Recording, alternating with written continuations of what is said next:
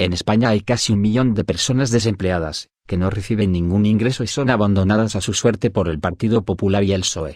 Este video está dedicado a todos ellos, desempleados, desahuciados, que viven en situación de continua desesperación, sin recibir ningún ingreso mensual. Casi 2 millones de personas tienen a todos sus miembros en paro. Está dedicado a todas las personas que se han suicidado, saltando por un balcón, a todos los que se han ahorcado, y a todos los que, de una forma u otra, se han quitado la vida, por culpa del abandono que el Partido Popular y el PSOE tienen con estas personas, al no pagarles un ingreso humanitario.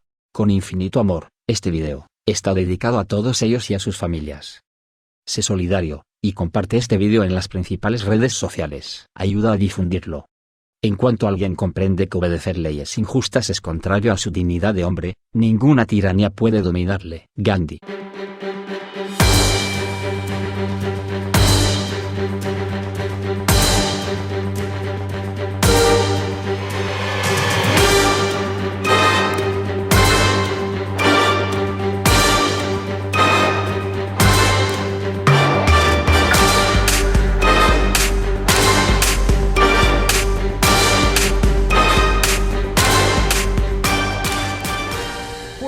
De todos, especialmente el suyo, durante este tiempo, nos permite anunciar hoy que los datos turísticos correspondientes a 2013 son los mejores de la historia de España. Pero hoy podemos decir que España ha salido de las trincheras de la crisis y combate ahora en el frente de la recuperación.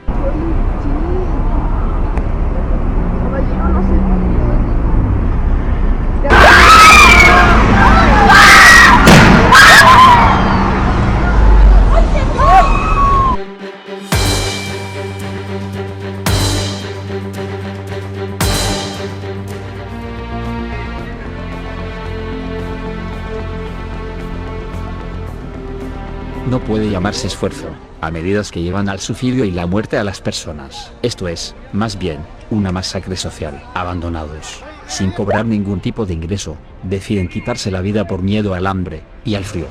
Rajoy y el PP están acosados por los escándalos de dinero negro y cuentas en Suiza. Jean-Claude es hombre de gran experiencia, un europeísta convencido y un gran amigo de España. Vaya desde aquí mi más sincera felicitación. Su designación constituye sin duda una buena noticia para todos y especialmente para los ciudadanos europeos que con sus votos avalaron la elección de Juncker en las pasadas elecciones del mes de mayo. Todo el mundo sabía que Luxemburgo, al igual que Irlanda, Austria y Holanda, actúa como un paraíso fiscal. La semana pasada saltó una noticia que superaba cualquier expectativa. El gobierno de Luxemburgo había firmado acuerdos secretos con más de 300 multinacionales. Acuerdos para que Apple, IKEA o Amazon no paguen sus impuestos ahí donde obtienen beneficios multimillonarios y paguen una cantidad irrisoria en países como Luxemburgo. ¿Y quién estaba al cargo de Luxemburgo durante los años en los que se firmaron esos acuerdos? Pues Jean-Claude Juncker, el actual presidente de la Comisión Europea, el mismo que hoy, desde su cargo, debe luchar contra los paraísos fiscales europeos, incluso en los de su país de origen. Juez y parte, su credibilidad es mínima y nuestras expectativas son máximas. ¿Qué supone exactamente los paraísos fiscales para la gente corriente en Europa? En primer lugar, que las empresas que más beneficios obtienen sean las que menos pagan, produciéndose una clara desventaja para las pequeñas y medianas empresas locales, que son las que mayor tejido social generan.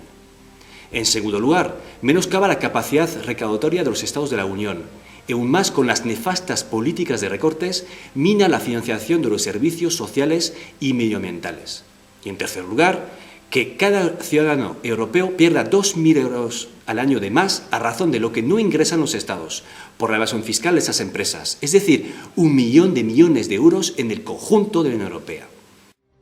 El extesorero del PP, Luis Bárcenas, llegó a tener 22 millones de euros en una cuenta en un banco de Suiza, dinero que traspasó a otras cuentas en 2009, una vez imputado en el caso Gürtel, según la documentación enviada por ese país al juez instructor Pablo Ruz. En un auto, Ruz acuerda trasladar esta nueva documentación de la comisión rogatoria encargada a Suiza a la agencia tributaria y a la policía para que realice informes sobre 5 cuentas bancarias encontradas en Suiza, 4 de ellas vinculadas presuntamente a Bárcenas y una quinta a otro implicado en el caso Gürtel. Según la nueva información, Bárcenas tuvo a finales del 2005 14.885.000 euros en una cuenta de un banco suizo a nombre de la Fundación Panameña Sine Qua Non, cantidad que subía a 19 millones a finales del 2006 y a 22 a finales del 2007.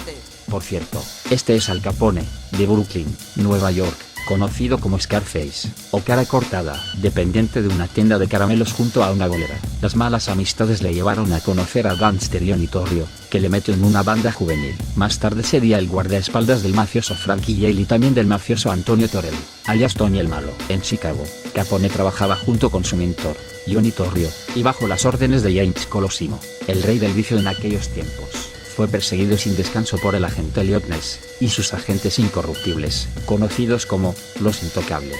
A pesar de todos los negocios ilegales de Capone, no había forma de detenerlo. Al final, fue detenido por evasión fiscal, estuvo en Alcatraz ya deteriorado por la sífilis, finalmente murió en su casa de Florida a los 48 años, de un derrame cerebral y una neumonía. Hablando de evasión fiscal, estos son los SMS entre Rajoy y Bárcenas. Luis. Nada es fácil pero hacemos lo que podemos. Ánimo. Luis, lo entiendo. Sé fuerte. Mañana te llamaré. Un abrazo. Y tras estos cruces de mensajes, tras caer el juez Baltasar Garzón, meter a Ruth, y presionar la salida de Ruth del juzgado, 19 meses más tarde, ¿adivinan ustedes qué ha pasado? Sí, efectivamente, es lo que ustedes pensaban. Bárcenas salió de la cárcel, gracias al millón de euros que le ha costado al PP su defensa por evasión fiscal entre otros 14 delitos más.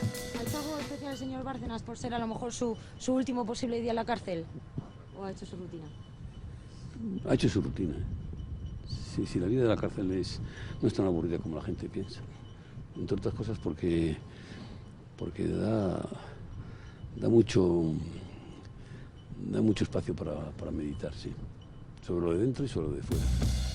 Pensar sobre lo de dentro y lo de fuera. Una buena frase y un buen dardo. Sí, efectivamente, la cárcel da mucho tiempo para meditar sobre lo de dentro, lo mal que lo ha pasado Bárcenas, y sobre lo de fuera, la contabilidad de los papeles con los apuntes contables de dinero negro, Rajoy, la financiación ilegal del PP, las cuentas en Suiza. La cárcel da mucho tiempo para pensar, y a los de fuera, que vean estas declaraciones, también les debería dar tiempo de pensar, sobre todo, por si tuvieran algo que negociar, pactar o acordar, con los que han estado dentro. Así que tras estas declaraciones, ya pueden ir pensando todos. No tengo ningún mensaje para Mariano Rajoy, hombre, yo sí tengo que decir, y a la compañera de ustedes, a Marisa Gallero, ya se lo dije en su momento, que en fin, que yo le he hecho caso y en fin, le doy las gracias. Luis ha sido fuerte de verdad, ¿no? Y le he hecho caso y he sido fuerte. El Partido Popular no ha tenido nada que temer de mí, ni nada tiene que temer en estos momentos. Al fin y al cabo, el Partido Popular, desde mi punto de vista, es el partido que debe de gobernar España. Otra cosa es que yo tenga cierta discrepancia con determinadas personas que no se han comportado como yo entiendo que se deberían de comportar, porque las responsabilidades las tenemos que asumir todos. ¿Cuál ha sido su momento más duro de estos últimos Hombre, el momento más duro, si no ha habido un momento duro, en fin, independientemente de la persecución a la que me ha sometido instituciones penitenciarias dentro de este centro, donde no únicamente no es que haya tenido trato de favor, sino que he tenido un trato todo lo contrario, de desfavor, pero no he tenido ningún momento especial. Es la separación de la familia, lógicamente, lo que hace, digamos, más duro la estancia en un centro de estas características. ¿Es mi móvil? ¿Perdón? Bueno, pues porque yo no he tenido un trato igualitario con el resto de las personas que se encuentran aquí internadas. Por cierto, quedé con mis compañeros en que haría algo así, que quiere decir el edificio número 4, que es en el que yo he estado recluido durante todo este tiempo, pero evidentemente yo no he tenido ningún trato de favor, sino que he sido una persona más como debe de ser. No tengo mensajes para nadie. Los mensajes de entrada, no tengo móvil en estos momentos, luego no puedo enviar ningún mensaje. Y en cualquier caso, yo lo que quiero es recuperar el año y medio largo de vida que he perdido aquí. Y de nuevo repetía el mensaje para Mariano Rajoy.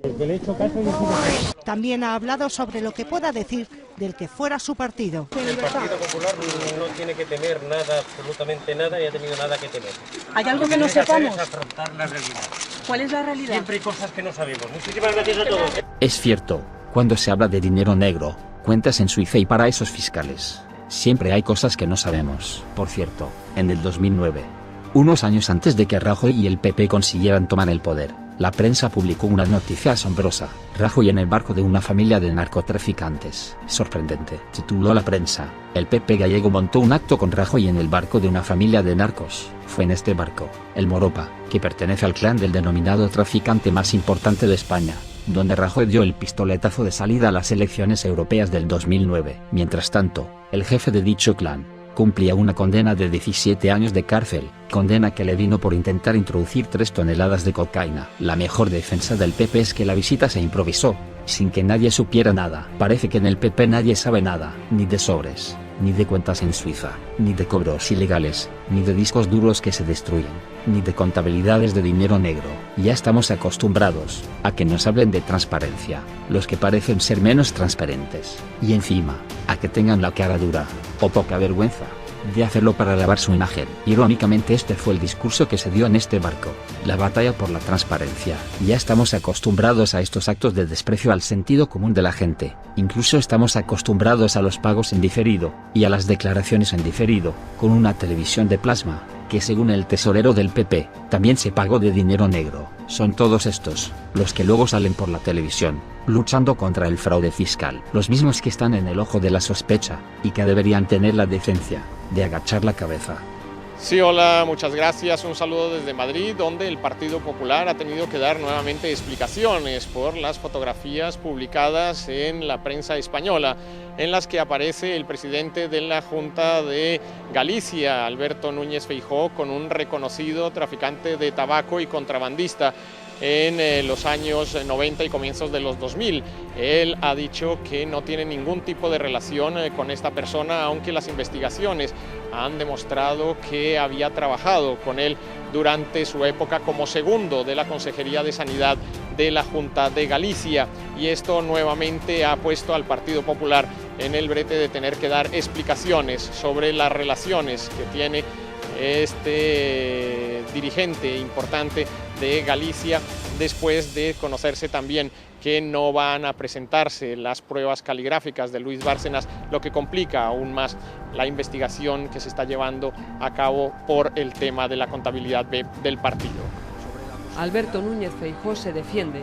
Si tuviese la más mínima duda de que hubiese hecho algo en mi carrera profesional, funcionarial o política ilegal, pues evidentemente estaría en una situación comprometida. No lo he hecho. Serio pero tranquilo, ha sostenido ante la prensa que nunca concedió contratos a la empresa del narco Marcial Dorado, que compartieron ocio en los años 90 y que cuando supo de sus causas abiertas con la justicia cortó esa relación. Me dice usted quién paga. Pues supongo que cada uno a veces pagaría lo suyo u otras veces iría invitado. Eso ya me parece que ya las facturas, si usted me pide las facturas de hace 20 años, me temo que no se los pueda facilitar. Asegura que le habían advertido de la publicación de las fotos que ha sacado a la luz El País. Sabía de su existencia desde 2005, aunque no quién está detrás de lo que considera una maniobra para amedrentarle. Ni dimitirá ni cambiará su forma de hacer política, dice el presidente de la Junta. La oposición le ha exigido esta mañana que deje el cargo inmediatamente. En los años 90, momento en el que se hicieron estas fotografías junto a Núñez Feijóo, Marcial Dorado había sido detenido en varias ocasiones por contrabando de tabaco. Ahora cumple 14 años de condena por narcotráfico. Dirigentes políticos con narcotraficantes, con contrabandistas, pasando buenos momentos juntos, cuentas en Suiza, un tesorero en la cárcel, dinero negro, financiación ilegal, discos duros destruidos. Todo un repertorio para recordar. Por cierto, ¿saben ustedes qué tiene en común Al Capone con muchos de nuestros dirigentes políticos? Pues muy sencillo, que a ambos se les puede aplicar una frase del Quijote: dime con quién andas y te diré quién eres. Algo para reflexionar. Sin duda, estos son los abanderados de la lucha contra el fraude fiscal y la transparencia. Y lo más peligroso de todo, estos son los que fabrican leyes a su antojo. Y ya saben ustedes que se hace lo que dice la ley. Ahora bien, ¿qué pasa si la ley no es justa? Pues que se crea una dictadura, un estado tiránico y déspota, donde los derechos de los ciudadanos brillan por su ausencia. Lo más peligroso de este tipo de dictaduras es que se enmascaran, se esconden tras una falsa apariencia de legalidad y se muestran como una democracia, aunque no lo son. Manuel Fernández Padín, buenas tardes, buenas tardes. Hola, buenas tardes. Déjeme que comience por la actualidad más inmediata, que eso queremos comentarlo con usted. Sinceramente, ¿Núñez Feijóo podía no conocer los negocios de Dorado cuando se tomaron las fotografías que ha publicado el diario El País? ¿Usted qué cree? bajo mi punto de opinión, mi punto de vista es que totalmente imposible. Imposible, parece ser que Feijóo ocupaba el cargo en la Xunta de Galicia, así como en la Consellería de Sanidad, etcétera, pero es que resulta que todos los gallegos, y al menos los que nos conocemos entre nosotros, todos sabemos a qué se dedica cada quien. Más todavía siendo del personaje que se trata, y además parece ser que las fotos, según oí, son del año 95, es decir, año 95 fue después incluso del juicio de la Operación Nécora. Y en el año 95 ya se sabía que los contrabandistas habían dado el paso del contrabando al narcotráfico. Con esto yo no voy a acusar a Marcial Dorado ni siquiera de contrabandista ni de narcotraficante.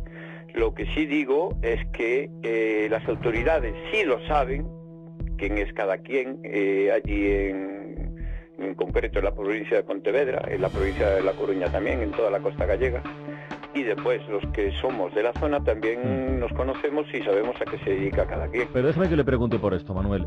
Cuando dice que todo el mundo sabe lo que hace el otro, que se conocen, que aquí no hay secretos, ¿está insinuando o está diciendo que había connivencia entre la política y el narcotráfico o el contrabando, o sí o no? Sí, por supuesto, pero es que esto yo no quiero decir que, o sea, no son deducciones ni bueno, es que esto está confirmado desde hace mucho tiempo y a raíz de muchos artículos que se han publicado y declaraciones que han hecho los mismos contrabandistas, donde, por ejemplo, creo que ha hecho declaraciones Pablo Bioque, el difunto de Pablo Bioque, pero ya antes de que el Partido Popular se llamara así, ya cuando era de Alianza Popular, había una plena connivencia entre autoridades y contrabando. Porque en el mismo pueblo mío yo he acudido a fiestas donde se mezclaban, en restaurantes, se mezclaban ya incluso en épocas de Fraga iba mucho por mi pueblo, y se mezclaban ya contrabando y Partido Popular o Alianza Popular, pero eso es de toda la vida. Pero eso que dice usted, al mismo tiempo que se sabe, eso que claro, dice es muy fuerte, lo que Manuel. pasa es que te dirán, acredite usted que los contrabandistas o los narcos han financiado al Partido Popular. Bueno, Laureano Viña dijo más de una vez que si tiraba de la manta se iban a saber muchas cosas respecto a la financiación del Partido Popular. Si un señor está condenado por narcotráfico y tienen el historial que dicen que tiene, por ejemplo, Laureano Viña, ¿cómo no va a saber Laureano Viña? Laureano Viña, yo le digo a usted que yo, como sabe usted, fui testigo protegido de la Operación Nécora, y los que estuvimos metidos en esos, y máxime de la categoría que dicen del señor Laureano Viña, puede escribir una enciclopedia. Puede escribir una enciclopedia. Déjame y que dice Laureano Viña, dice Sito Miñanco. Déjeme que le pregunte una cosa. Cuando usted habla de connivencia entre política, entre Alianza Popular, me decía, o Partido Popular, y contrabando o narcotráfico... No solo el PP, cuidado. Hoy en día y desde hace muchos años, no solo no solo son los políticos del PP. Lo que pasa es que de hace muchos años, pues yo tengo un libro escrito de cómo sucedió el paso del contrabando, porque yo soy de Villanueva de Arosa, yo viví todo desde un principio, desde el principio del contrabando hasta los días de hoy, ¿no?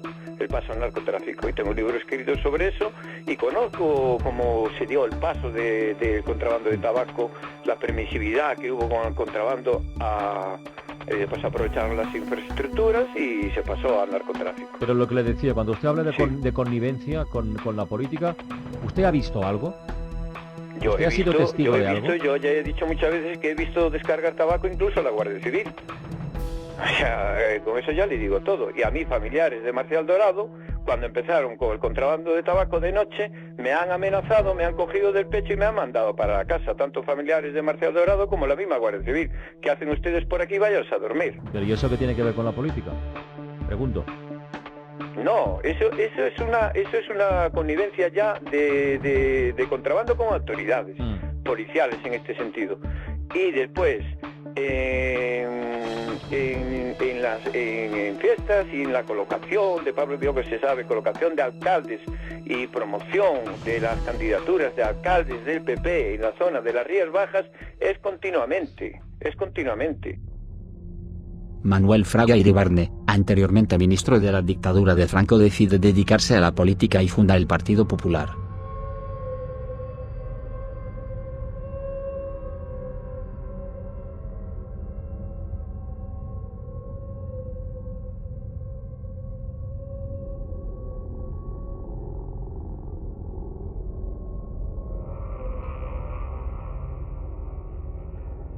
Fraga era el segundo hombre de confianza de Franco, y su ministro de propaganda, que enseñaba a los españoles a amar el régimen del dictador.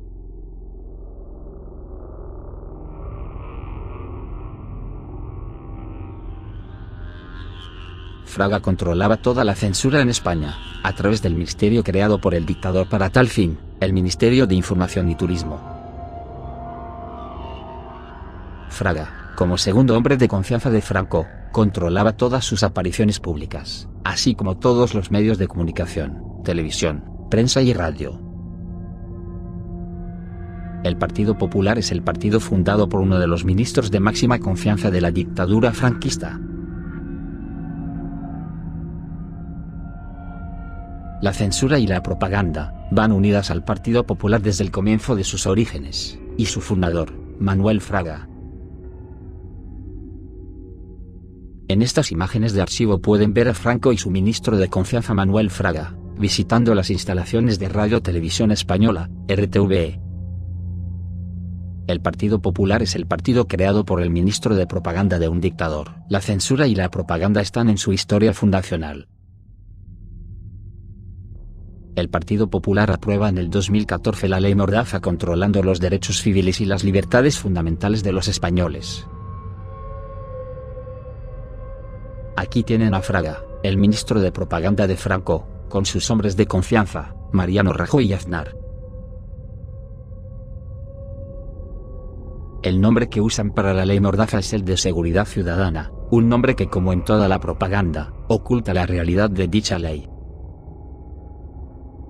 La realidad de dicha ley no es la de proteger a los ciudadanos, sino al revés, proteger al gobierno de los ciudadanos, limitando las protestas.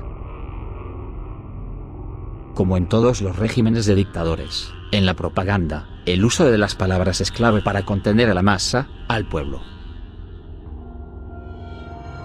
Por esa razón se usa el nombre Seguridad Ciudadana, ya que ofrece una apariencia de proteger mientras que el fin es totalmente distinto.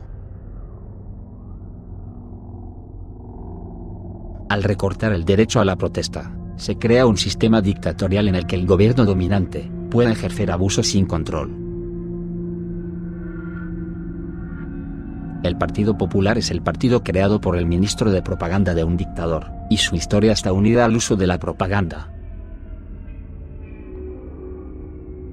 La propaganda consiste en venderle una historia falsa como si fuera real, perpetuando los abusos del régimen. Ejemplo, España va mejor que nunca. La propaganda se esconde bajo grandes discursos triunfalistas cuya única finalidad es ocultar la realidad social, perpetuando los abusos del régimen. En 1953, Fraga fue nombrado ministro de Educación por el régimen de Franco, ocupándose de enseñar a los niños el amor por la dictadura franquista. Los libros de texto serían controlados por este ministerio a cargo de Fraga, para ser llenados con mensajes de patriotismo y lealtad al líder, el dictador, Franco. En 1956, el dictador Franco confía a Fraga la dirección del Instituto de Estudios Políticos y en 1957 fue nombrado delegado nacional de asociaciones. Entre 1962 a 1969 ocupó ya el cargo de ministro de Información y Turismo, a las órdenes del dictador, Francisco Franco. En 1966, Fraga presenta la ley de prensa, fabricada para lavar la imagen del dictador Francisco Franco, fuera de España. A finales de los 90, Aznar, protegido de Fraga y conocido por el pueblo como Charlotte, inicia una era de gran sufrimiento en España privatizando las eléctricas. A partir de este momento, comienza en España por primera vez en su historia la pobreza energética, propiciando 1,5 millones de cortes de luz.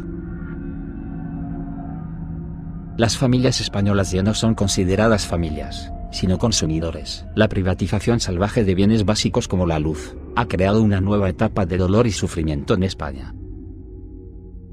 El Partido Popular es el partido creado por el ministro de un dictador, que se encargaba de la propaganda del régimen fascista y de la censura. Téngalo en cuenta antes de votar. Piense si quiere votar represión y dictadura. Piense en los orígenes del Partido Popular.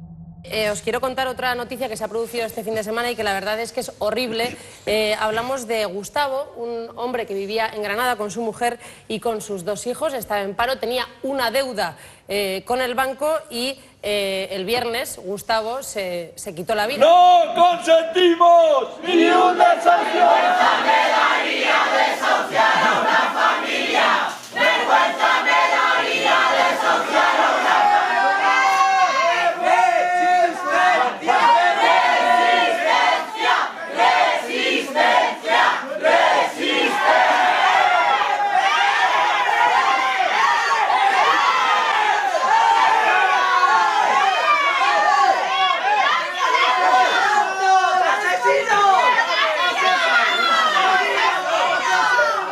Un hombre de 55 años se quita la vida en Alicante el mismo día en el que iba a ser desalojado de su vivienda al no poder pagarla. Es el 4º caso de suicidio durante la última semana por este motivo. Un hombre se ha suicidado en La Ñora, en Murcia, poco antes de ser desahuciado. Ha ocurrido esta mañana. El hombre de 42 años se quitó la vida colgándose en el garaje, según fuentes municipales citadas por medios locales. Aseguran también que dejó una carta escrita. Confirman que tenía problemas hipotecarios y estaba acuciado por las deudas. Miércoles, decenas de personas se han congregado cerca del ayuntamiento en el municipio mallorquín de Calviá para mostrar su indignación por el suicidio de una pareja de ancianos antes de ser desahuciados. Son las duras palabras de un familiar del hombre de 45 años que ayer se suicidó en La Ñora, una pedanía de Murcia, horas antes de recibir la visita de la comisión judicial que tenía previsto desahuciarle por no pagar la hipoteca. Así lo dejó escrito en una nota en la que culpaba de su situación a políticos y banqueros. En España, un hombre de 59 años inmerso en un proceso de desahucio se quitó la vida. Con este suman ya 4 suicidios en ese país en poco más de un mes. Más cosas, no son suicidios, son asesinatos. Bajo este lema, decenas de personas salieron a la calle en España y en Madrid para protestar por la muerte de una mujer que se ha quitado la vida tras recibir una carta de desahucio. Los manifestantes se congregaron de forma pacífica y guardaron un minuto de silencio por esa madre que falleció por sobredosis de fármacos. Durante la reunión también se ha leído un comunicado que exige la paralización de los desahucios y la renuncia de la alcaldesa de Madrid. Ella y su familia adeudaban alrededor de 900 euros por esa mísera cantidad. La empresa municipal de la vivienda les quería echar de su casa, quería reventar su hogar y ella tomó la decisión desesperada de quitarse la vida. Pensamos que la empresa municipal de la vivienda, que las instituciones, que el Estado tienen una responsabilidad enorme en esa muerte. Pensamos que no son suicidios, que son asesinatos. Hasta la Junta Municipal del Distrito, que está ahí atrás, y decirles a los políticos y las políticas que están reunidos, que se supone que son los que miran por el bien del barrio y los que cobran por ello, pues darles nuestra opinión con los desahucios y con que la empresa municipal de la vivienda eche a familias de su casa. Entonces, sin más, si queréis, vamos para allá. Si hay algo que teme el Partido Popular y el Partido Socialista son los actos de solidaridad de la gente. Los partidos políticos son ya organizaciones publicitarias. Consiguen el poder, votos, gracias a la publicidad. Todo lo que perjudique su imagen publicitaria, les pone en peligro. La Ley de Seguridad Ciudadana está pensada para tal fin. Evitar los actos solidarios y las protestas. Si hay algo que teme el Partido Popular y el Partido Socialista es al megáfono, a las masas impidiendo un desahucio. Eso les crea mala imagen, mala publicidad. La manera de contenerlo y seguir perpetuando los abusos es crear una ley amedrentatoria, en la que se multan las protestas. De esa manera, por miedo a las multas y sanciones económicas, quieren que la gente se quede en casa, y se vayan perpetuando, en silencio, los desahucios como si aquí no pasara nada. Ese es el objetivo de la Ley de Seguridad Ciudadana, convertir a la policía en una especie de centuriones, guardia del régimen y ejecutar a las familias, en silencio. La Ley de Seguridad Ciudadana pretende aislar al pueblo, asustarlo con multas económicas astronómicas y taparles la boca. Esta ley fue creada por el Partido Popular, y ya sabemos todos que el PP tiene buena escuela en lo que se refiere a dictaduras. A fin de cuentas, fue creado por el ministro de un dictador. Hoy hemos conocido un nuevo caso de suicidio, ha sido en Alicante. Un hombre de 55 años que llevaba 6 años sin pagar el alquiler y que hoy iba a ser desahuciado. Los agentes han encontrado su cuerpo Un caso que se une al que conocíamos ayer de una pareja de jubilados cuya casa iba a ser subastada el próximo martes. En el Congreso, algo bastante más trágico ha sido un suicidio de una mujer. Dicen que porque ha recibido la carta de desahucio y en ese momento ha decidido tomar esa terrible decisión. Francisco llevaba en torno a año y medio acudiendo a las reuniones de la plataforma Stop Desahucios, pero decidió terminar con su pesadilla y se lanzó al vacío desde una cuarta planta tras recibir una comunicación de la Delegación de Hacienda. Tenía una deuda de 22.000 euros por la venta justo hace un año de su casa a una entidad financiera. ¿Qué tal? Buenas noches. Amaya, de 53 años, se ha tirado por la ventana justo cuando la comisión judicial que iba a desahuciarla llamaba a la puerta de su casa de Baracaldo, una casa que ya no era suya. De hecho, la Caixa, según publica ABC, ya la había puesto a la venta, aunque el anuncio avisaba de que no era posible visitarla. Amaya estaba casada y tenía un hijo de 21 años. Nadie en su entorno sabía que iba a ser desahuciada y tampoco había avisado a las plataformas contra los desahucios para que acudieran en su ayuda. Los vecinos hoy estaban conmocionados y esta tarde, pese a la lluvia, se han concentrado ante el Palacio de Justicia de Baracaldo. Hasta el juez decano de Bilbao, encargado de levantar el cadáver, ha unido su voz a la de los jueces que piden ya leyes para evitar estas tragedias. Un hombre de 53 años se ha suicidado hoy en Granada, el mismo día en el que iba a ser desahuciado. Ha sido su hermano el que se ha encontrado el cuerpo de José Miguel poco antes de que llegara el coche patrulla para ejecutar el desahucio. El hombre vivía en esta casa, en cuya planta de abajo tenía su negocio. Su familia y sus vecinos estaban hoy conmocionados por la noticia. No sabían nada de su situación.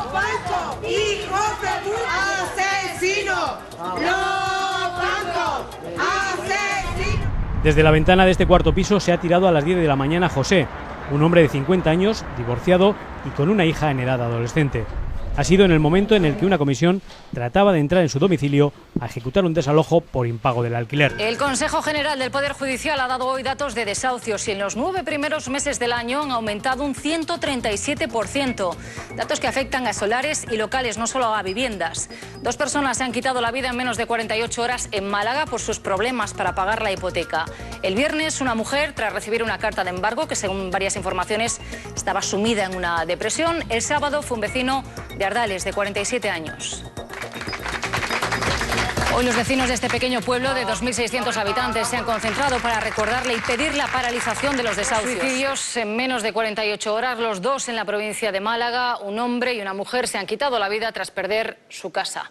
Ella acababa de recibir la orden de desahucio y él había firmado una dación en pago. Ayer les contábamos a ustedes el caso de un hombre de 53 años que apareció ahorcado en su domicilio en Granada, una hora antes justo de que fuera desahuciado de su vivienda por la que había formalizado una hipoteca. Eso ocurrió en Granada. Hoy hemos sabido también de un hombre, en este caso en Valencia, Manuel G. Burjasot, Valencia, que ha intentado también suicidarse. Se ha tirado por el balcón de su domicilio en esa localidad valenciana antes de ser desahuciado. Tiene 53 años, se lanzó al vacío desde el segundo piso y está el hombre hospitalizado. Su esposa, que sufre depresión, se encontraba en la cama cuando su marido, insisto, saltó a la calle.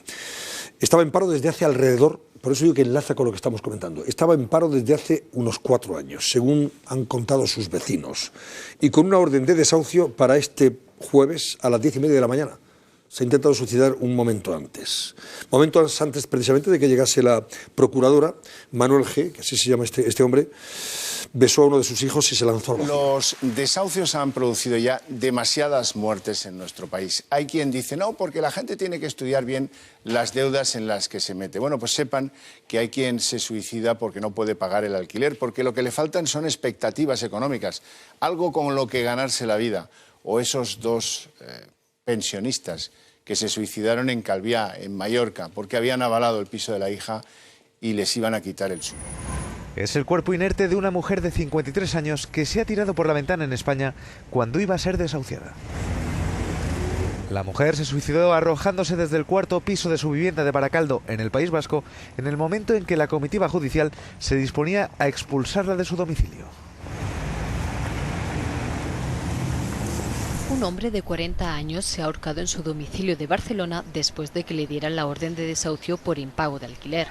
La comitiva judicial se ha encontrado el cuerpo sin vida esta mañana cerca de las 10:30 cuando se disponía a ejecutar el lanzamiento en su vivienda. Recuerde, la ley Mordaza ha sido pensado para evitar los actos de solidaridad del pueblo. Si algo nos está enseñando la crisis, es el enorme corazón y la gran solidaridad de la gente en España. Asociaciones, vecinos, Personas que salen a protestar a la calle, enfrentándose a un poder político corrupto y dominante. Gente honrada, gente sin cuentas en Suiza, trabajadores, desempleados, todos unidos. Gente humilde y de gran corazón. Lo que pretende la Ley de Seguridad Ciudadana es silenciar a estos héroes, que están dando su vida por ayudar a los demás. Lo que pretende la Ley de Seguridad Ciudadana es apagar su voluntad, negarles el derecho a protestar, a decir basta ya, convertirles en sombras, que deberán asistir a este genocidio social, callados y sumisos. Quebrar la democracia es sencillo, solo hay que mentir para ganar las elecciones, y luego aprovechar ese poder para hacer leyes que esclavicen al pueblo. La ley Mordaza es un ejemplo de esto. Protestar contra un desahucio puede costarle una multa de entre 30.001 euros a 600.000 euros. Sí,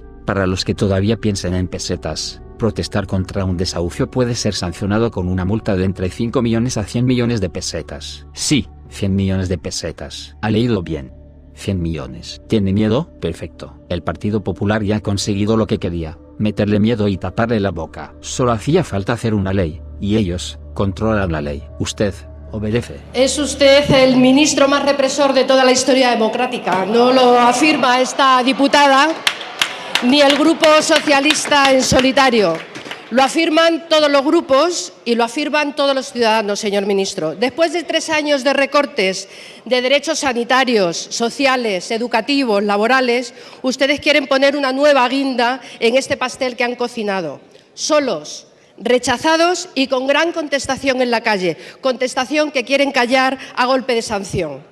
Por una parte, presumen de ser el país europeo más seguro y por otro justifican la necesidad de aprobar una ley que solo impone represión y niega el derecho de reunión y manifestación, porque a ustedes no les gusta que los ciudadanos les recuerden que sus políticas les resultan dañinas.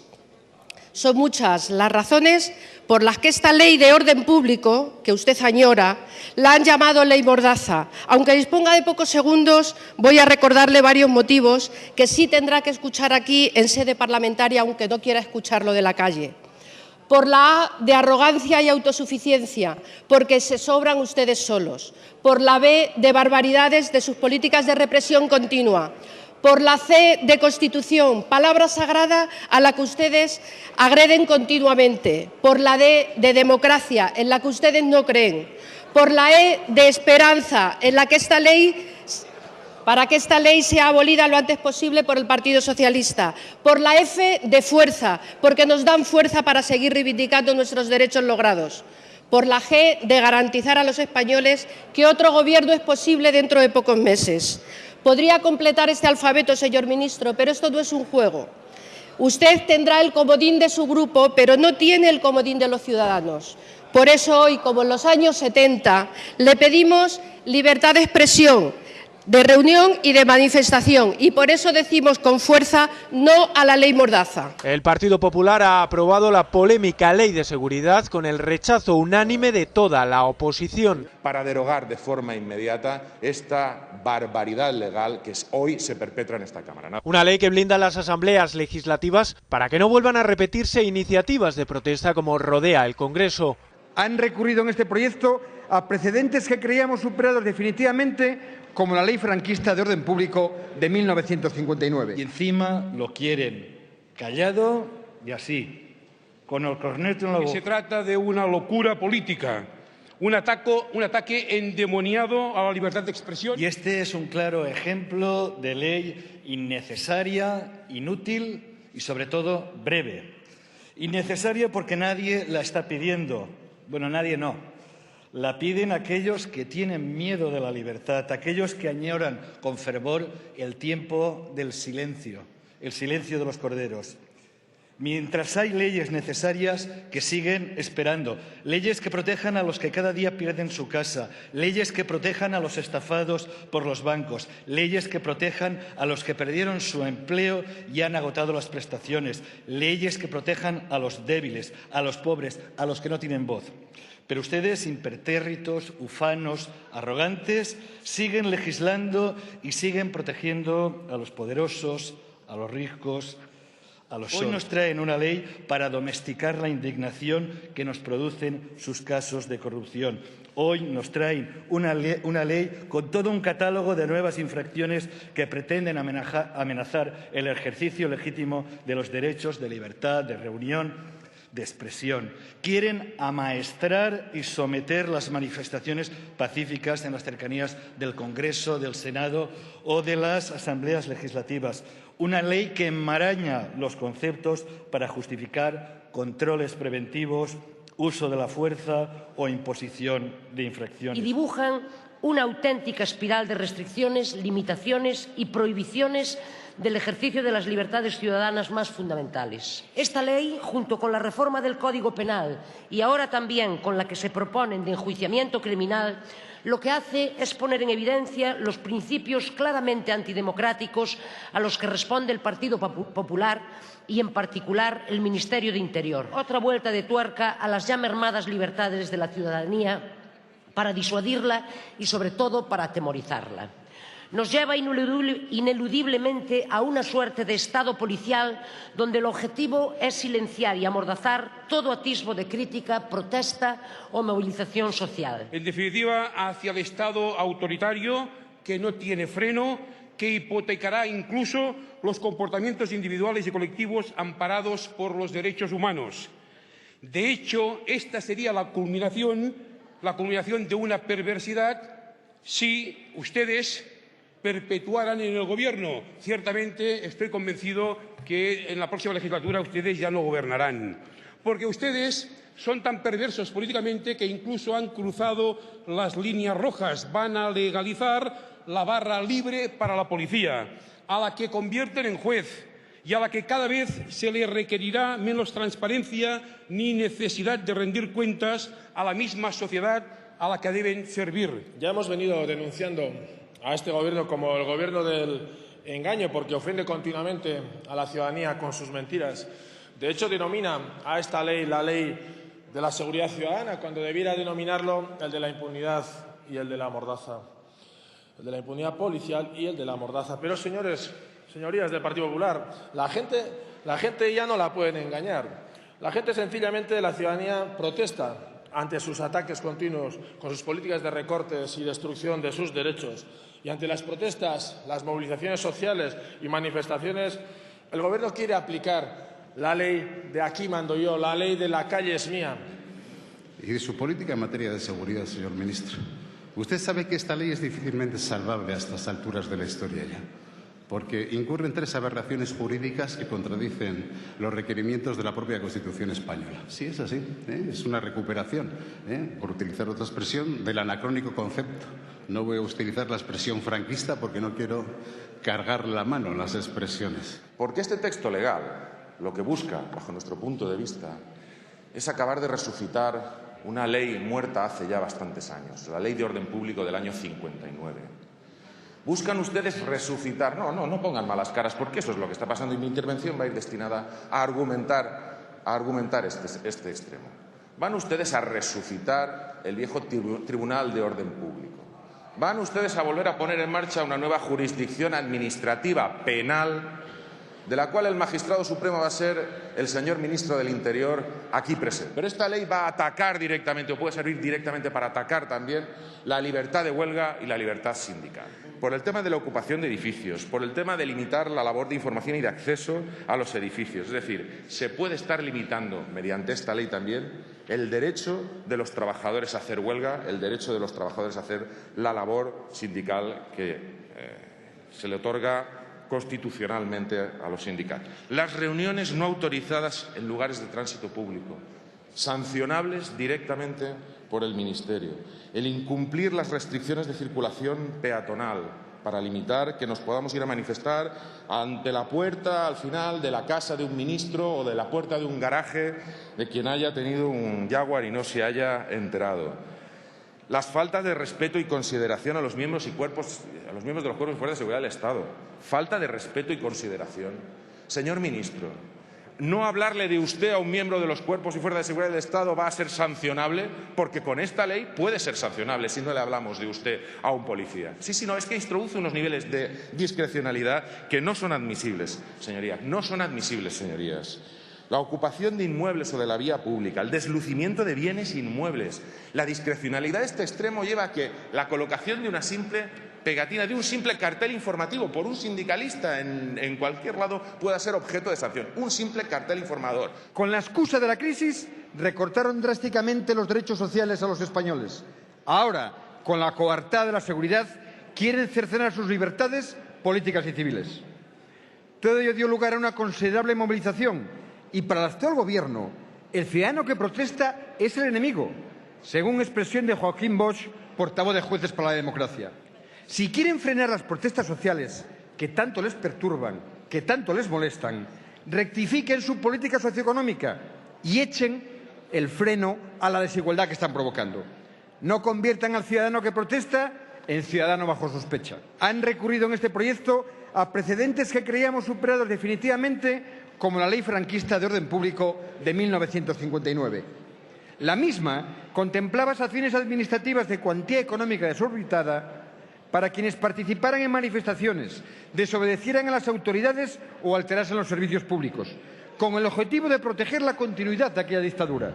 Es posible que se pregunte, ¿por qué se ha rescatado a los bancos y no a las personas? Cuando se trata de pedir leyes que protejan a las personas, el PSOE y el PP suelen decir siempre lo mismo: no hay dinero. No hay dinero es socorrido. No hay dinero es conveniente. No hay dinero es una buena excusa para escurrir el bulto. La política se ha convertido en algo tan despreciable, tan miserable, tan bajo, tan ruin, que últimamente está de moda hacer creer a las personas que si están en situación de necesidad, si necesitan un medicamento, si necesitan ayuda económica, porque llevan varios años en paro y no encuentran trabajo, se hace creer a las personas que son una carga para el Estado, que son adultos, que deben saber cuidarse a ellos mismos, y esto lo escupen aquellos que olvidan desde la política que ha sido el pueblo, el que ha creado el gobierno, el Estado, para proteger a las personas. Cuando se habla de pagar una cantidad de dinero que no se agota nunca, que evitaría los suicidios.